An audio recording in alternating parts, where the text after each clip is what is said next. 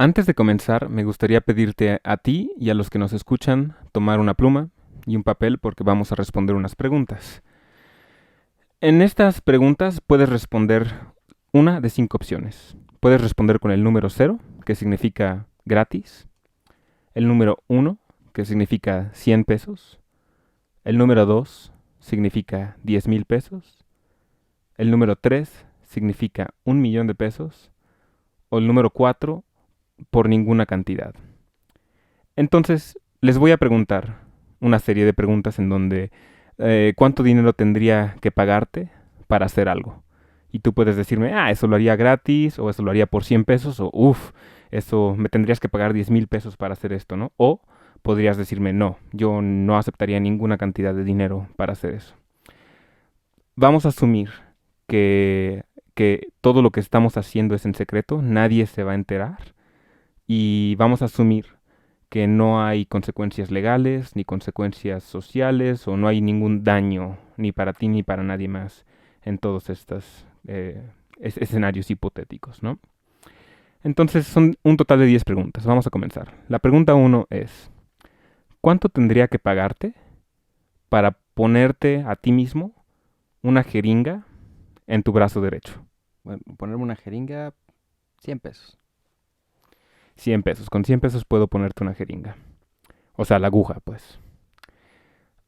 Pregunta número 2. ¿Cuánto dinero tendría que pagarte para que tú aceptaras una televisión de plasma nueva que un amigo tuyo quiere darte, pero tú sabes que ese amigo tuyo obtuvo esa tele porque una compañía, la compañía que fabricó la televisión, envió la televisión por accidente a su casa y de a gratis? Es decir, él la consiguió de a gratis. ¿Cuánto tendría yo que pagarte para que tú aceptaras esa televisión? 0. 0, o sea, la aceptarías de gratis. Vamos a ver. Pregunta número 3. ¿Cuánto tendría que pagarte para que tú dijeras algo negativo sobre tu país, lo cual tú consideras ser cierto, pero es negativo, mientras vas a un programa de radio aquí en tu país? Yo creo que lo haría gratis. Pregunta número 4. ¿Cuánto tendría que pagarte para que le des una cachetada a un amigo tuyo en la cara, con su permiso, por supuesto, como parte de una comedia? Probablemente 100 pesos. Pregunta 5. ¿Cuánto tendría que pagarte para que tú atendieras o fueras a una obra de teatro en donde un montón de niños de preparatoria actúan como tontos por 30 minutos y esta actuación incluye no poder resolver problemas simples como 2 más 2 o caerse repetidamente en el escenario tropezándose, etc.? Tal vez 100 pesos. Vale. Empezamos con el segundo grupo de preguntas. Pregunta número 1. ¿Cuánto tendría que pagarte para que tú le pusieras una jeringa a un niño desconocido en la calle? 10,000 pesos. 10,000 pesos. Pregunta número 2. ¿Cuánto tendría que pagarte para que tú aceptaras una televisión de plasma nueva que un amigo tuyo quiere darte, pero tú sabes que ese amigo tuyo la compró de un ladrón y este ladrón se la robó a una familia rica de tu ciudad? Probablemente gratis. Pregunta 3. ¿Cuánto tendría que pagarte para que tú dijeras algo malo, algo negativo de tu país, lo cual tú consideras ser cierto, mientras estás en un programa de radio, pero en un país ajeno, en otro país? Creo que también lo diría gratis. Pregunta número 4. ¿Cuánto tendría que pagarte para que le dieras una cachetada a tu papá en la cara, con su permiso, como parte de una comedia? 100 pesos. 100 pesos. Pregunta número 5. ¿Cuánto tendría que pagarte para que tú fueras a una obra de teatro en donde niños de preparatoria actúan como animales por 30 minutos, lo cual incluye arrastrarse por el escenario mientras están desnudos y gritando como chimpancés? ¿Media hora dijiste? Sí. 100 pesos. Bueno, pues bienvenidos al podcast. Esta vez vamos a hablar sobre los 5 sentidos de la moralidad. Anteriormente habíamos hablado sobre el disgusto, que tiene que ver con uno de estos 5. Vamos a resumirlos y cada una de estas preguntas tiene que ver con uno de esos sentidos. Bienvenidos.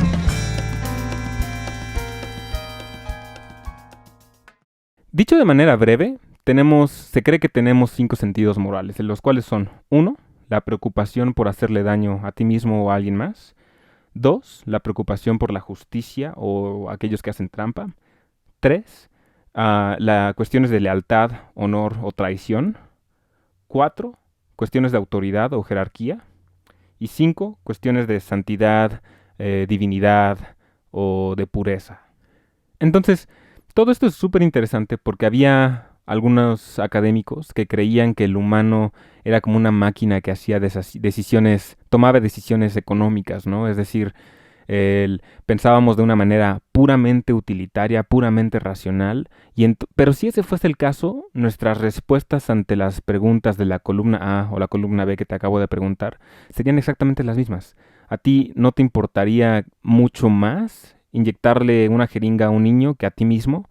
¿O a ti no te importaría mucho más darle una cachetada a tu papá o a algún amigo? Sería prácticamente lo mismo, pero no somos así. Tenemos algunas guías morales con las que se cree que nacemos y desarrollamos y etcétera. Y estas nos ayudan a tomar algunas decisiones, ¿no? Por ejemplo, se cree que la primera, la de el por qué un niño nos importa tanto, tiene que ver con cómo evolucionamos de manera darwinista en el mundo. Entonces, por ejemplo, quizás tú recordarás que se dice que tienes lágrimas de cocodrilo o corazón de reptil, porque lo que se ve en los reptiles es que ponen muchos huevos o tienen muchos bebés, pero no los cuidan demasiado, no les ponen demasiada atención, porque por eso ponen tantos, ¿no? Algunos van a sobrevivir, otros no, pero ya pusieron suficientes. Pero lo que se ha visto con los mamíferos es que ponen muchos menos bebés, muchos menos, una cría mucho menor, pero les dan mucha más atención. En el caso de los humanos, cuando estamos naciendo, cuando estamos a punto de nacer, nuestro cerebro es tan grande comparado con el tamaño de nuestro cuerpo que la mamá ni siquiera puede hacerlo sola, ¿no? Necesita muchas veces ayuda de otros durante el parto, e incluso antes del parto y después del parto, en la crianza del bebé, porque nosotros, a diferencia de otros animales, nacemos incluso sin poder caminar.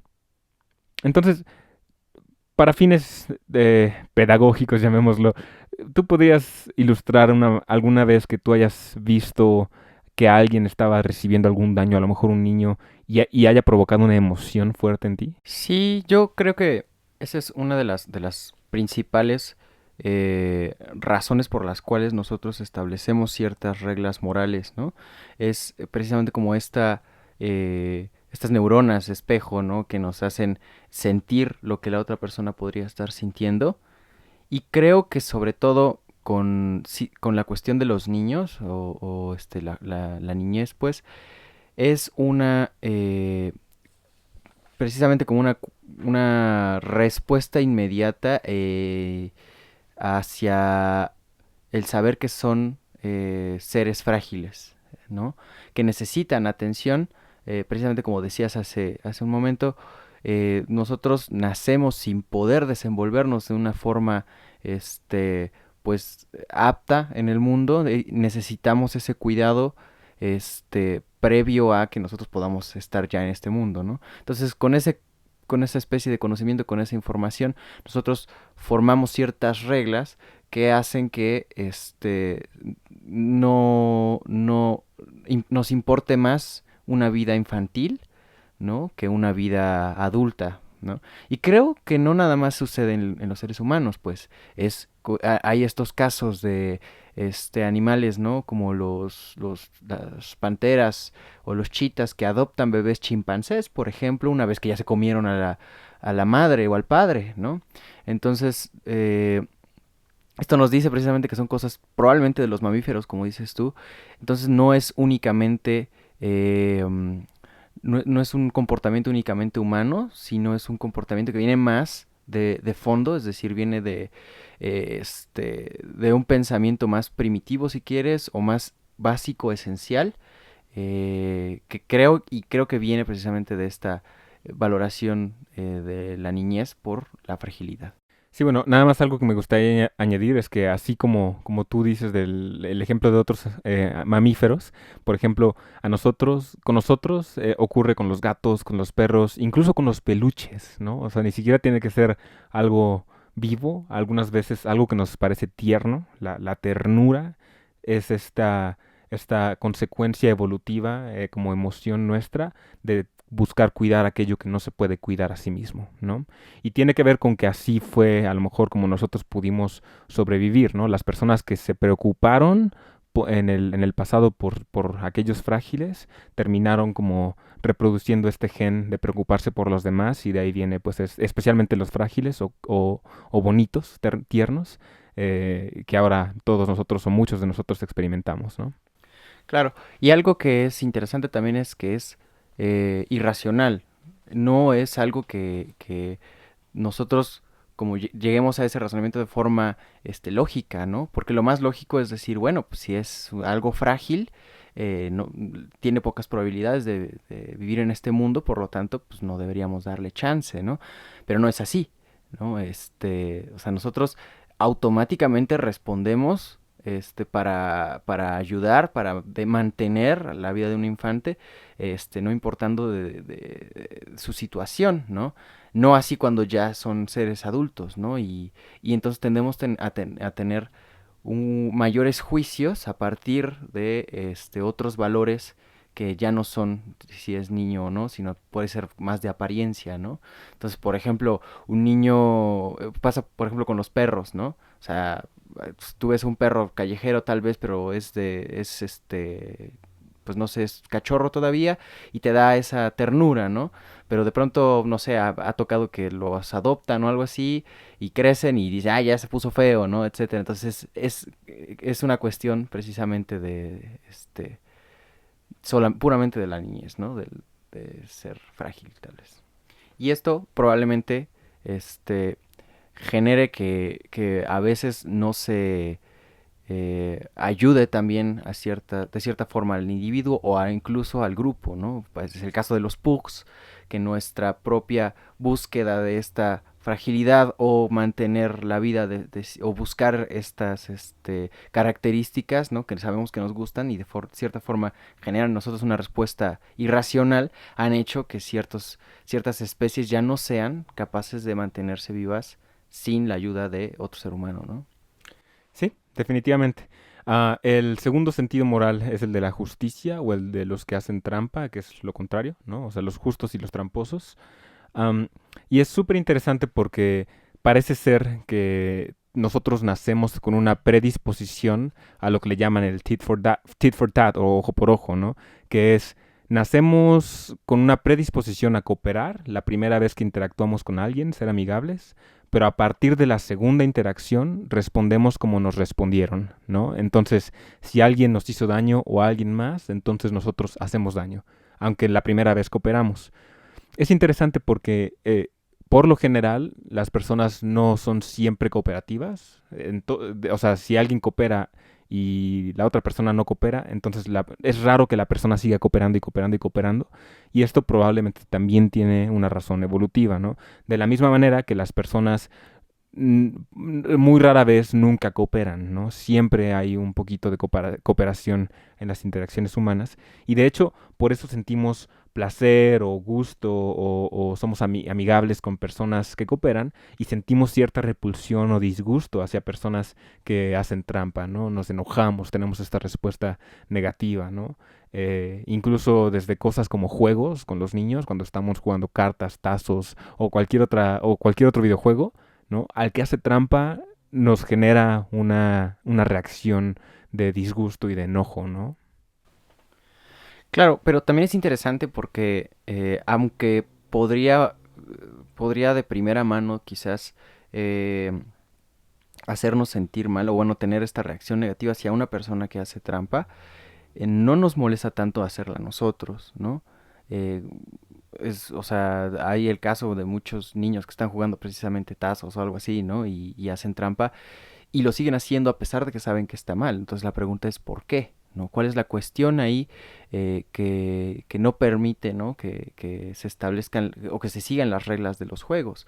Muy probablemente es la situación de que ellos han visto que ha habido como mucha trampa en general, ¿no? O sea, que mucha gente hace trampa y por lo tanto ellos tienen que trabajar de la misma forma, ¿no? El típico caso que muchas veces quizás mencionamos aquí en México del que tranza no avanza, ¿no? Que probablemente pues viene de una situación así, ¿no?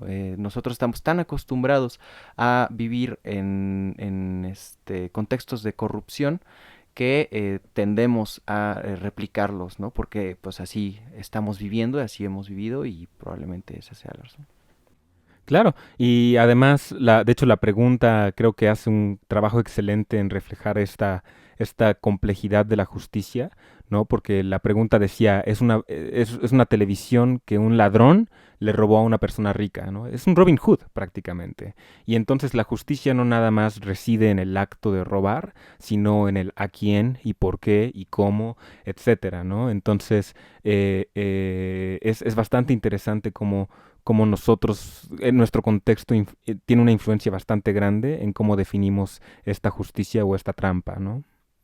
Claro, por supuesto, porque esa es otra cuestión que se tiene que ver, ¿no? O sea, a veces también la propia búsqueda de la justicia, o bueno, como de seguir las reglas tal cual, nos hace quedar en desventaja incluso, ¿no? Cuando se supone que las reglas están hechas para que haya ventaja. Eso sucede, por ejemplo, en el ámbito legal, ¿no? Actualmente.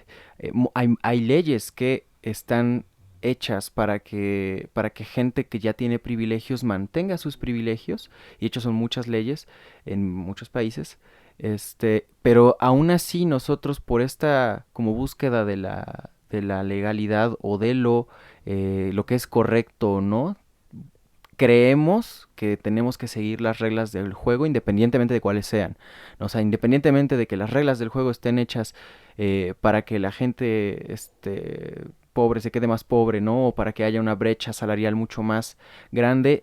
Nosotros queremos seguir las reglas porque las reglas están ahí, según nosotros, entre comillas, para que sea un trato justo, ¿no? Para que sea un juego justo, ¿no? Entonces, también nos hace ser, este ejercicio moral quizás nos hace eh, fa- o le falta crítica, ¿no? O sea, nos hace falta una crítica para con las propias reglas del juego, quizás. Bueno, la tercera pregunta tiene que ver con el sentido moral de la lealtad. Em, y esto es bastante interesante también porque parece ser que todos nosotros, tanto hombres como mujeres, tenemos una tendencia casi como a la tribalidad, ¿no? Al competir entre tribus y al identificarnos con una en particular, hacer esta definición de nosotros contra ustedes, ellos contra nosotros, y por lo tanto tener ciertas normas que buscan una lealtad y códigos que si tú fallas en cumplirlos te conviertes en un traidor, ¿no? Em, en este código, en este sentido moral, es en donde entran muchas cosas como del patriotismo, el nacionalismo y cosas así.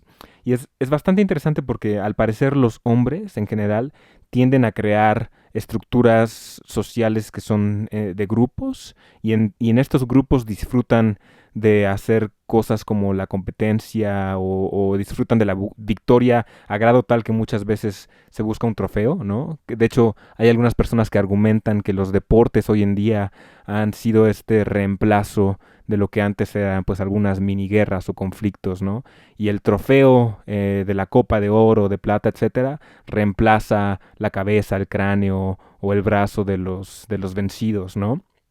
Y en el caso de las mujeres, parece ser, se argumenta, que este sentido de lealtad tiende a ser más entre la mujer y una compañera, ¿no? No tanto de grupo, sino más en pareja. Y también es bastante interesante porque no es algo exclusivo para los humanos, sino que este tipo de sentido moral hacia la lealtad o pertenencia de un grupo esta jerarquía y las tribus y hasta incluso la guerra, ¿no? Se puede ver en nuestros vecinos genéticos, los chimpancés, que se comportan en maneras bastante similares a nosotros en este aspecto. Es muy interesante esto que mencionas. O sea, y de la misma forma se comportan los chimpancés, incluso en la cuestión de género, por ejemplo. O sea, y los chimpancés machos eh, tienden a ser más grupales y las chimpancés tienden a ser más como en parejas de chimpancés hembras. Me parece que sí, no estoy seguro, podríamos revisarlo, pero creo que sí. Lo que sí te puedo decir es que los chimpancés, cuando llamémoslo hacen la guerra entre tribus, tienden a ser bueno, machos los que hacen la guerra y además, una vez que ganaron, los que ganan se quedan con el territorio y con las hembras de la tribu vencida. Ujú. Claro, ahora es interesante también aquí encuentro, ¿no? Entre el punto anterior y este punto una especie de incongruencia, ¿no? Bueno, puede chocar, pues, porque por un lado, y, bueno, y esto lo vemos en los deportes, por un lado tienes como el punto moral de tener que seguir las reglas, y por otro lado tienes el punto en el que tienes que hacer que tu equipo o tu grupo social gane, ¿no? Entonces esto puede hacer que choquen estos dos sentidos y, por ejemplo, pues lo vemos te decía, en el caso de los deportes en los que hay grupos o la afición de cierto grupo, ¿no? Digamos de, no sé, el Necaxa o de etcétera, este, buscan ganar a partir de la violencia o a partir de trampas, ¿no? Entonces están, ¿cómo decirlo? Están tapando el sentido moral de la justicia y le están dando más valor al sentido de el grupo, ¿no? La pertenencia de grupo. Entonces es interesante cómo, a pesar de que ambos son formas de buscar una buena interacción social, dependiendo las diferentes cuestiones, pues tú le das más valor a una que otra, ¿no? Lo mismo, por ejemplo, en el caso anterior, pues sucedía con por qué permites que se robe esa televisión, ¿no? O sea, por qué es permitido que se rompan las reglas de ciertos juegos. Sí, bueno, una última cosa que me gustaría decir sobre este tercer sentido moral es que tan fuerte es o tan fuerte ha sido en nuestras sociedades que algunas personas dicen que se puede ver de manera explícita en la religión, ¿no? Hay algunos pasajes del Corán o incluso en la Biblia o el infierno de Dante, en donde uno de los peores castigos que se le da es a aquellos que traicionaron a su grupo, ¿no? Entonces es incluso peor que la lujuria o la glotonería o las mentiras, etcétera, ¿no? Entonces sí es bastante interesante. Bueno, el cuarto sentido moral es el de la autoridad y estas estructuras de jerarquía. Y es bastante interesante porque también en un podcast anterior lo platicamos un poquito. El sentido moral de la autoridad es tan fuerte en la humanidad que de hecho algunas culturas, algunas sociedades lo han puesto en sus lenguajes, ¿no? Para poder hablar tienes que reconocer estas jerarquías de autoridad entre personas, ¿no? Entre diferentes individuos. La parte buena o positiva de tener esta autoridad es que también se ha visto en humanos y en animales que cuando se reconoce a un individuo como de mayor autoridad, se le da también la capacidad de resolver conflictos. Entonces en chimpancés una vez más y nosotros, generalmente cuando tenemos a esta persona designada para resolver conflictos es más fácil llegar a una resolución que cuando no existe una jerarquía, ¿no? entre las partes en conflicto. Claro, definitivamente es importante tener jerarquías, creo yo, pero las jerarquías también tienen que ser con alguna razón, con sentido, ¿no? ¿Por qué es que una persona tiene este puesto de autoridad? ¿Qué precisamente qué es lo que implica que tenga esta autoridad? ¿Qué derechos le da? ¿Qué obligaciones tiene, ¿no? Un ejemplo es el presidente, pues, ¿no? Tenemos a alguien que precisamente una de las mayores responsabilidades que tiene es resolver problemas y evitar conflictos, ¿no? Entonces, pero esto no significa que sea un ente omnipotente, ¿no? Que sea alguien superior en cuestión como de, como una persona superior o como una, ¿cómo decirlo? Como un ser más Una persona que puede evitar las reglas, ¿no? Que claro. puede pasarlas, por ejemplo, o rehacerlas, Por ¿no? supuesto, y el problema es que así se ve, ¿no? Y es que está tan inmerso en nuestra humanidad, o sea, nosotros en el momento en el que encontramos una autoridad mayor, tendemos a pensar que tiene derecho a romper ciertas reglas. Y esto pasa incluso en los ámbitos familiares, ¿no? El típico caso de la mamá que te dice, pues, porque soy tu madre, ¿no? Entonces, precisamente lo que está diciendo es yo tengo derecho a romper las reglas, ¿no? Yo tengo derecho a quitarte a ti derechos que se supone que tienes porque soy una autoridad. Luego esto se pasa después al trabajo, ¿no? O sea, yo soy tu jefe y puedo tener, no sé, puedo estarme besando con la secretaria, ¿no? Y no me tienes que interrumpir a pesar de que esté sucediendo una emergencia, porque soy una autoridad, ¿no? Es un ejemplo así muy burdo, pero sucede, pues. Entonces, ¿qué es lo que le damos a esa autoridad, ¿no? ¿Qué derechos le damos a esa autoridad? Y cómo ejercemos nosotros las obligaciones o cómo pedimos que ejerzan las obligaciones que tienen. Y bueno, el quinto sentido moral es el de la pureza o la santidad, divinidad, etcétera. Creemos que los temas que van a escuchar a continuación pueden resultar quizás ofensivos o pueden resultar como sensibles para ciertas personas, entonces se recomienda discreción. Bueno, entonces, respecto a este tema, hubo un caso muy famoso, fue en el 2001 y la persona involucrada principalmente se llama Armin Meiwes, no sé cómo se pronuncia, pero es un alemán.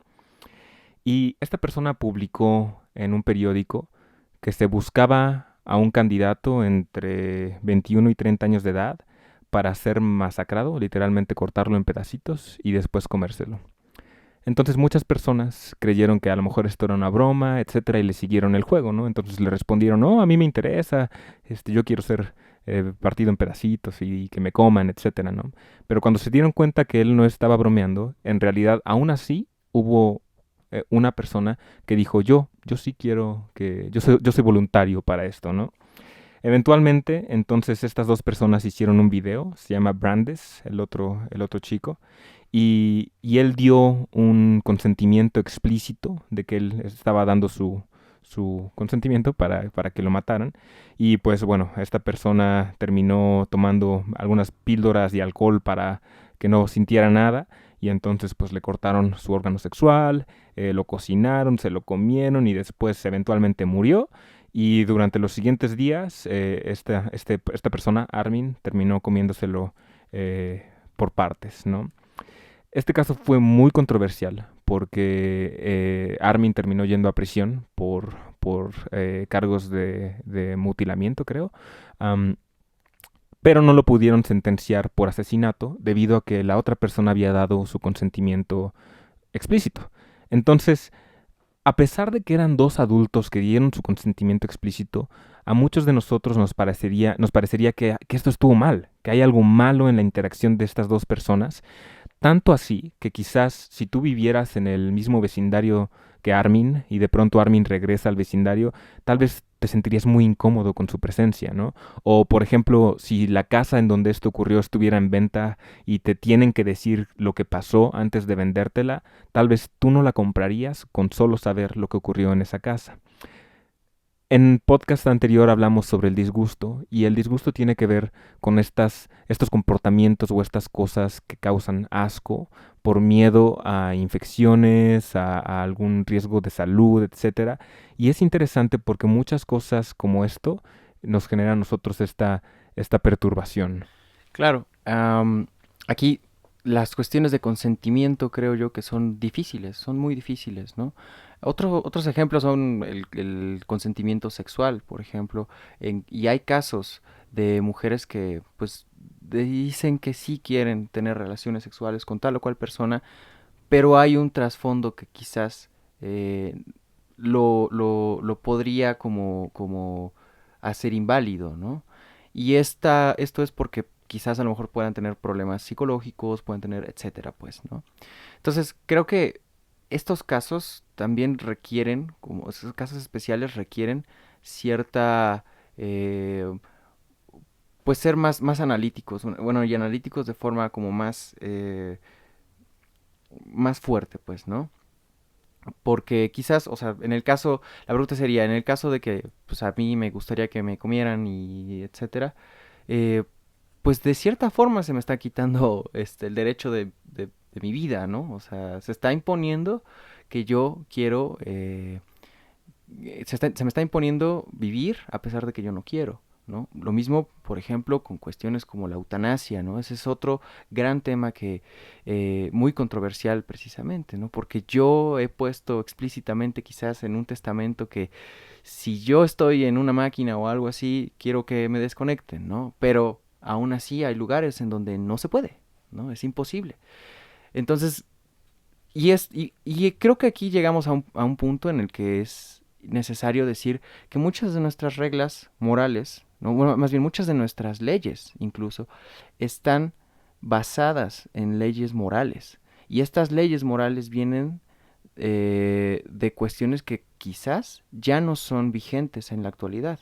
Sí, me encanta que digas que ya no están vigentes algunas cosas, porque de hecho hay un video que les vamos a dejar en la descripción de este podcast, en donde un filósofo habla sobre el hecho de que la globalización ha afectado muchos de nuestros sistemas morales, porque estamos expuestos a muchas otras culturas, a muchas otras tecnologías, a muchas nuevas interacciones entre personas para las cuales nosotros no evolucionamos, al menos aún. Claro, entonces es necesario precisamente como ser también eh, pues críticos con nuestra propia moralidad, nuestros propios sentidos morales, ¿no? O sea, ¿por qué es que te causa asco tal o cual cosa, ¿no? ¿Qué tanto estás invalidando los derechos de otras personas por un sentido moral que ya no es vigente en la actualidad, ¿no? Y sucede con muchísimas cosas. O sea, hablemos de machismo, hablemos del aborto, hablemos de, no sé, etcétera, pues. Claro, y el tema de la pureza no nada más tiene que ver con el comportamiento, sino también, por ejemplo, con lo que comemos, ¿no? Hablando de vegetarianos y no vegetarianos, etcétera. Pero hay un concepto bastante interesante que se llama el dilema del omnívoro. ¿No? Y el dilema del omnívoro tiene que ver con que muchos animales, como los koalas u otros, nacen sabiendo qué comer, ¿no? Ellos nacen y ya saben qué es lo que tienen que comer porque su sistema, a lo mejor sensorial, su sistema del olfato o algo, les indica qué se puede comer y qué no, luego, luego. Pero a los humanos, a las ratas, a las cucarachas que somos omnívoros, nos es más difícil. Tenemos la ventaja de la flexibilidad de que podemos comer muchas cosas, pero tenemos la desventaja de que muchas de esas cosas pueden ser tóxicas o nos pueden infectar. Entonces tenemos que aprender con la experiencia. Tenemos que probar, errar y aprender. Y ese es el dilema del omnívoro. La cosa es que tenemos una neofilia, que es nos sentimos atraídos a probar nuevas cosas, y tenemos una neofobia, el miedo de probar algo nuevo que nos puede infectar, ¿no? Y eso es interesante que lo traigas a colación, ¿no? Porque precisamente, pues, se dice que parte de la situación actual con el coronavirus, ¿no? Vino del comercio chino de murciélago, ¿no? Y en alguna ocasión estaba hablando con un amigo que es doctor y él me comentaba que pues no hay forma como de evitar esto realmente, ¿no? O sea, porque desconocemos precisamente como los virus que vienen de las demás especies, el problema está en que pues si estamos probando y probando nuevas cosas, lo más probable es que llegue a nosotros nuevas infecciones, nuevas epidemias, ¿no? Pero también eh, podría suceder lo contrario, ¿no? O sea, si nosotros nos acostumbramos a comer una sola cosa y de pronto viene algo que infecta únicamente esa cosa, ¿no? Y que es muy fuerte y que es inevitable, ¿no? Podríamos tener otro tipo de problema, ¿no? Entonces al final, pues sí, o sea, ¿en dónde ponemos la balanza, ¿no? De lo que comemos, de lo que no comemos, ¿no? ¿En dónde ponemos la balanza de lo que hacemos o lo que no hacemos? Sí, definitivamente. Y por último, antes de cerrar este tema de los cinco sentidos morales, el tema de la pureza, la santidad, la divinidad, etcétera, también tiene que ver con que, por ejemplo, los extranjeros, las personas de otros países, pues traen consigo mismos también pues enfermedades, plagas, epidemias y otros problemas, a lo mejor nuevas ideas o nuevas tecnologías. Y por eso hay una analogía de este dilema del omnívoro que en donde también tenemos una xenofobia y una xenofilia, ¿no? Tenemos miedo a los extranjeros o amamos a los extranjeros por diversas razones, ¿no? Y pues bueno, básicamente eso es todo por el día de hoy, pero antes de cerrar me gustaría decir que la intención de este podcast, si a veces mencionamos temas que son sensibles, no es causar ningún morbo ni nada por el estilo, sino más bien reflexionar sobre algunos de los casos en donde es evidente, que a veces es un poco exagerado, pero es evidente en donde puede tener efecto cuando llegamos a un extremo con nuestros sentidos morales, ¿no? Y es bastante interesante porque hay tantos ejemplos en la historia humana sobre estos cinco sentidos morales que son universales en el aspecto de que a todas las culturas les importa, pero a todas las culturas les importa de manera diferente. Incluso dentro de un mismo país, me gusta mucho el ejemplo de Estados Unidos, demócratas y republicanos, que son liberales y conservadores, tienden a tener diferencias de opinión muy fuertes respecto a todas y cada una de estas percepciones de moralidad, ¿no? En el caso de México, pues también sería interesante reflexionar y platicar un poco más sobre en dónde caen cada una de estas situaciones. Pero bueno, espero que les haya gustado. Vamos a dejarles, igual que siempre, referencias en la descripción del podcast y pues muchas gracias por escucharnos.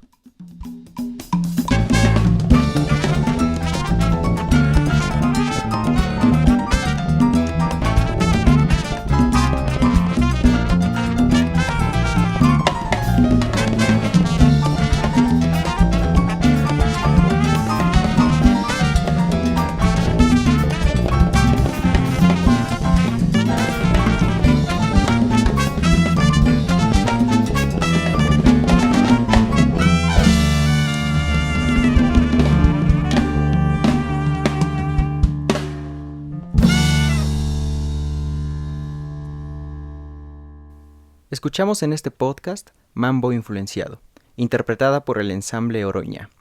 Pueden escuchar más de su trabajo en redes como Facebook y YouTube al buscarlo como Ensamble Oroña. A los miembros del ensamble agradecemos mucho que nos hayan prestado su música para este ñaque. Este podcast se realizó de manera independiente. Si deseas apoyar este proyecto, puedes hacerlo con una donación de PayPal a la cuenta fernando.castroer2@gmail.com.